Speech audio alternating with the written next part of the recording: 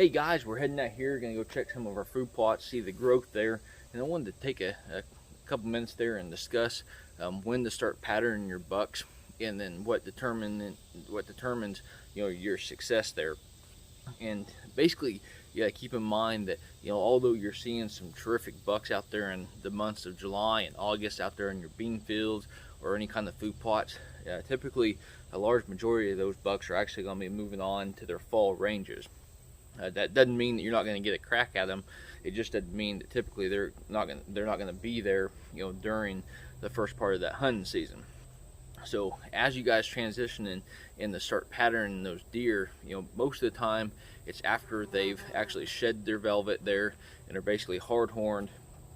And your core bucks, those are the ones that are going to be in that particular area or around the area, both in the summer and in the fall. And then you have your non-core deer.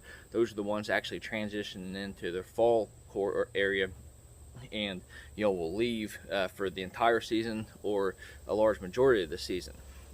But those non-core bucks, you could still potentially have a crack at them, because those deer are familiar with the area during that rut time period. A lot of times those deer will return. So you don't be surprised if you don't see those deer and then all of a sudden one day they're back on your trail camera, or maybe a new buck.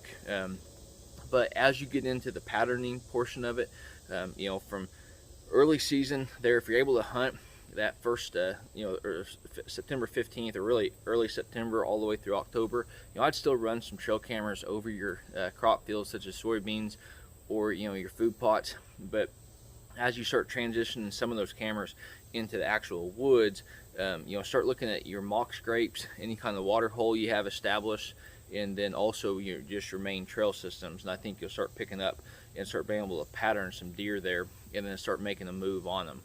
Food is number one, especially during early season, to isolate those bucks and have your best chance. And then at that point in time, you're going to be able to get in and out with the entry successfully. And also taking your thermals in consideration, not only in and out, but also during your hunt as well. So definitely keep all those things in mind as you guys start patterning your deer, and hopefully this helps you guys out. And like always, best luck on your upcoming hunt.